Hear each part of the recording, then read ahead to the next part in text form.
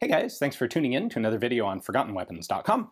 I'm Ian McCollum, and today we're going to take a look at the Slovenian Arex Delta Gen2 pistol. Now, we're not looking at this because there's anything earth-shatteringly new about its design, but rather for the opposite reason. I think the Delta is a really good example of the sort of iterative improvement that happens to firearms designs over time. And this is a trend. It's certainly a trend outside of just firearms, but it's a trend that we've seen in firearms for literally hundreds of years. Someone will come up with a relatively novel new system, say the Glock 17, and yes, I know this isn't the first polymer-framed pistol, but it's the first really successful one. And then over time, as people start to understand the system and get experience both using it and manufacturing it, the features get refined and get improved. And you can see that even just within Glock, the improvements from a Gen 1 Glock to a Gen 5 Glock are pretty substantial. And we see this also in the wider world of polymer-framed striker-fired pistols, where Glock is basically the first really successful one. You might put them on par to the C96 Mauser in that sort of anecdote. But other companies have been able to look at what Glock does and what other competitors do and build an understanding of what's going to make the best pistol of this style. And I think Arex has done a really good job of coming up with a really good set of features based on this basic style of polymer-framed striker-fired pistol. So, a little brief history of Arex. They started out, they were originally a manufacturing company. They made stuff for people, which is pretty typical in the industry.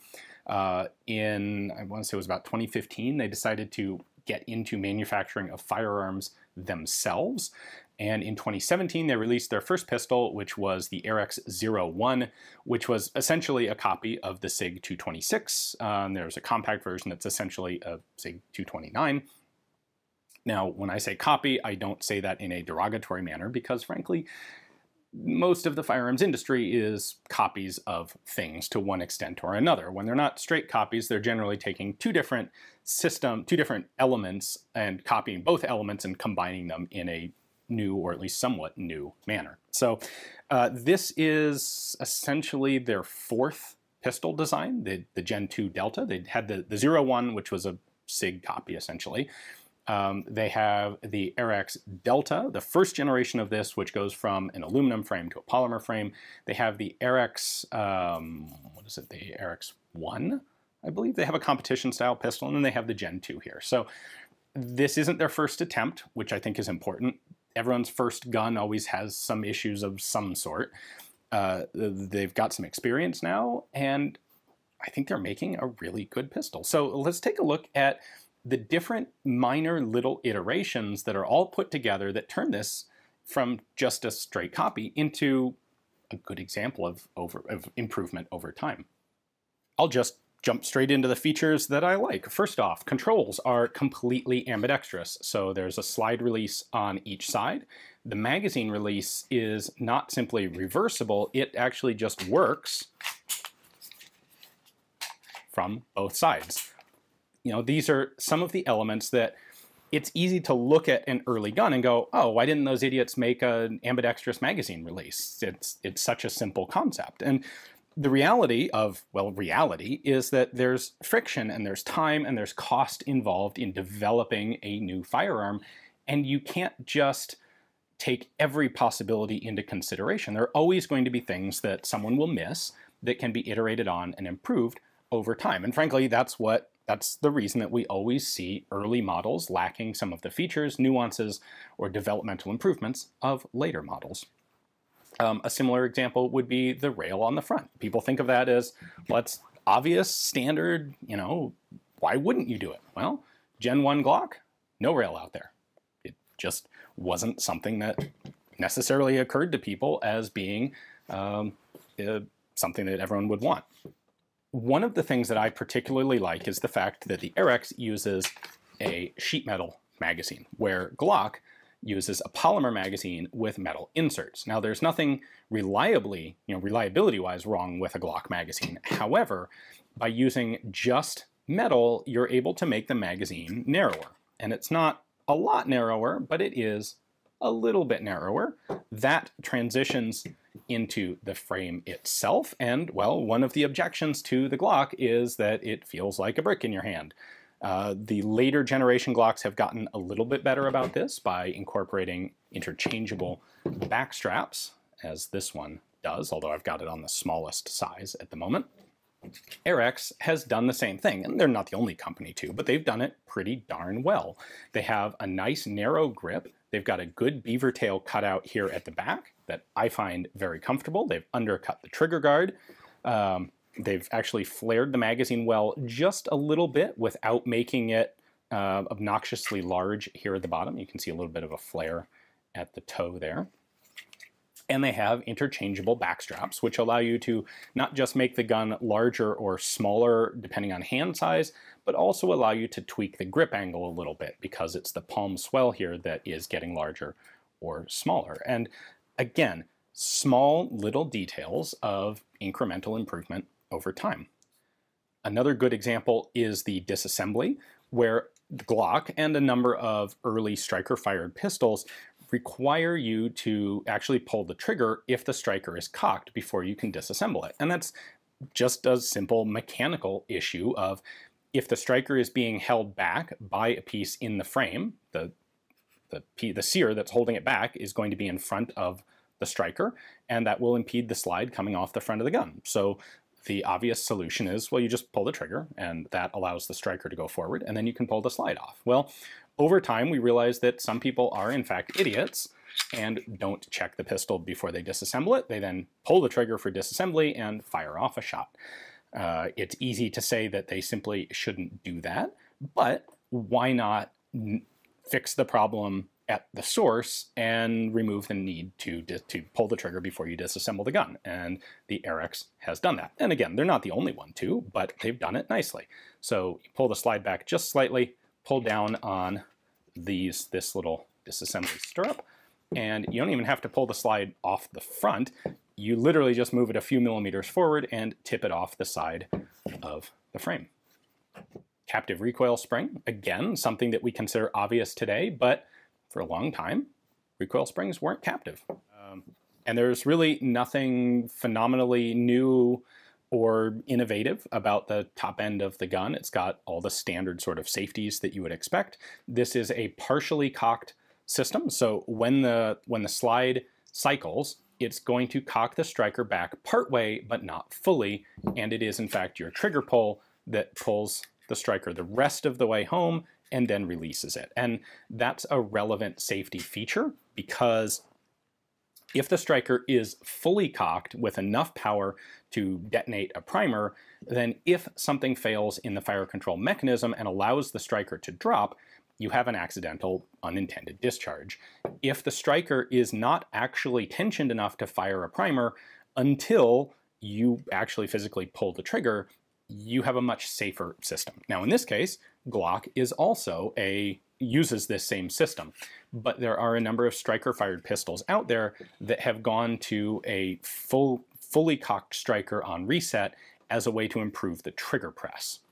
That's going to be one of those trade-offs that you always have to consider. What's your purpose for the pistol? Which one is better suited to you?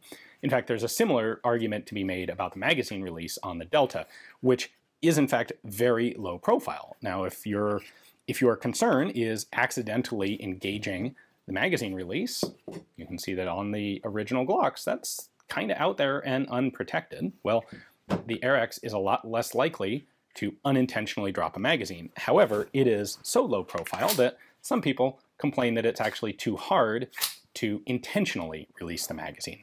This is an area where there is no right answer. There is what's the best answer for you.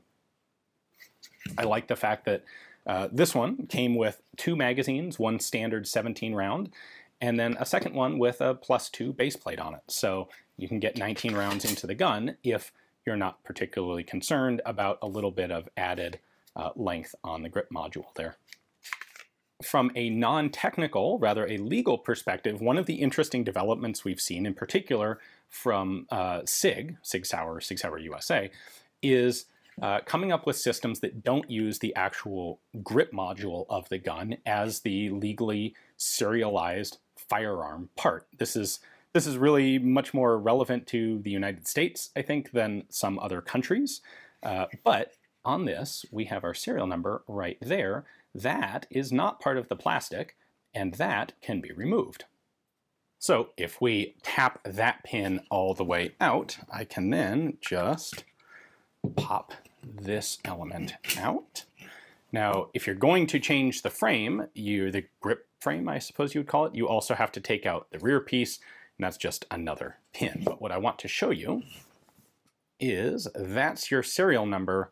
This component is actually, legally speaking, the firearm. And what makes that really cool, and of course, Arex is not the first company to do this, but what makes that cool is it means that this element can be replaced. If you decide you want a longer or shorter grip frame, if you decide you want a different color, if they do special edition releases or something in the future that have different or distinctive features, this element is not legally controlled. It's just that little guy. I will say that I have absolutely become a big fan of red dots on pistols. We have red dots now that are technically totally capable of handling the stress of being mounted on a pistol slide.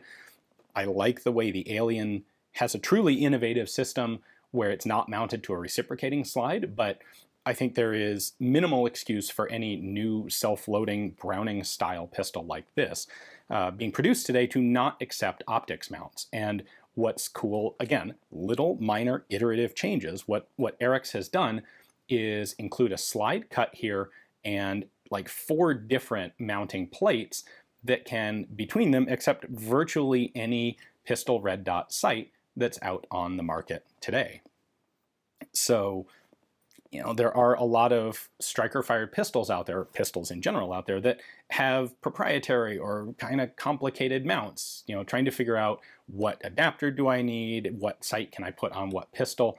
Arex has bypassed all of that by essentially, with the gun, giving you every mounting plate combination you will need for the significant optics that are on the market today.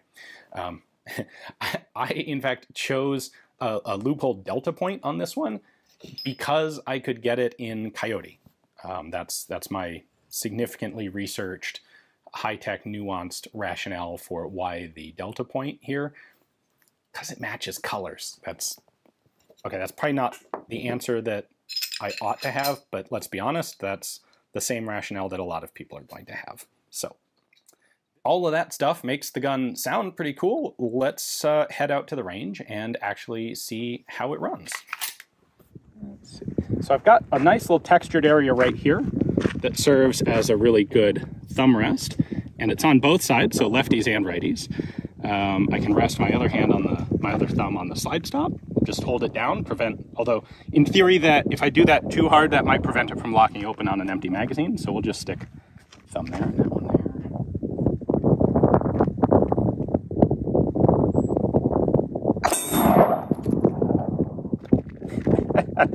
Very first shot had enough power to not just hit the center plate in my little mini Mozambique there, but actually stand it up on the backside. So let me knock that back down.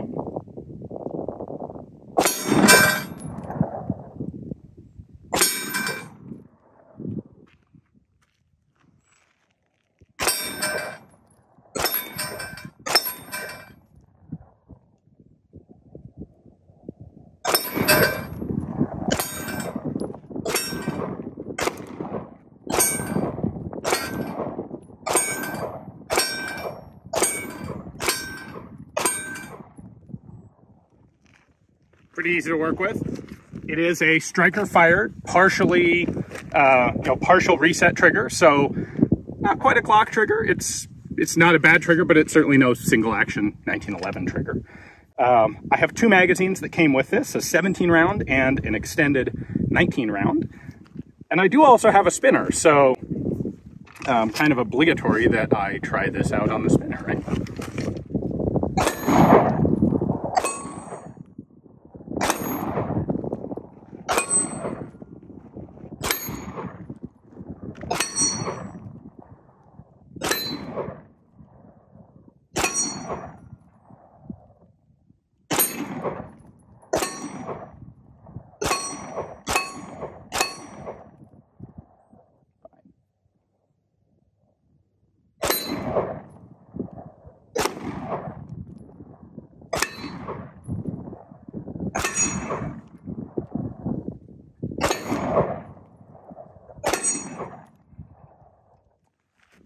I really should know better at this point than to try to force over the top plate on the spinner, but I tried it anyway. That would have been a piece of cake if I'd done it right. I should probably do it right. We'll be right back. That was embarrassing, so let's do it right this time.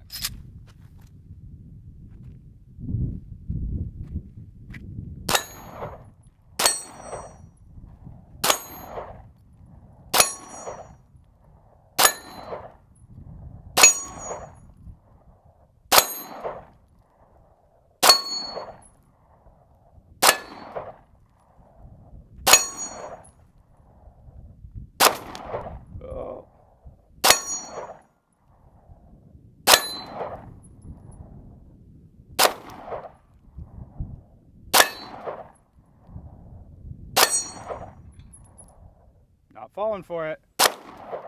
Should have fallen for it, maybe.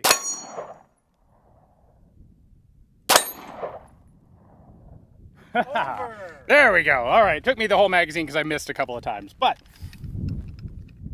a lot of fun. Spinner's always a great practice target.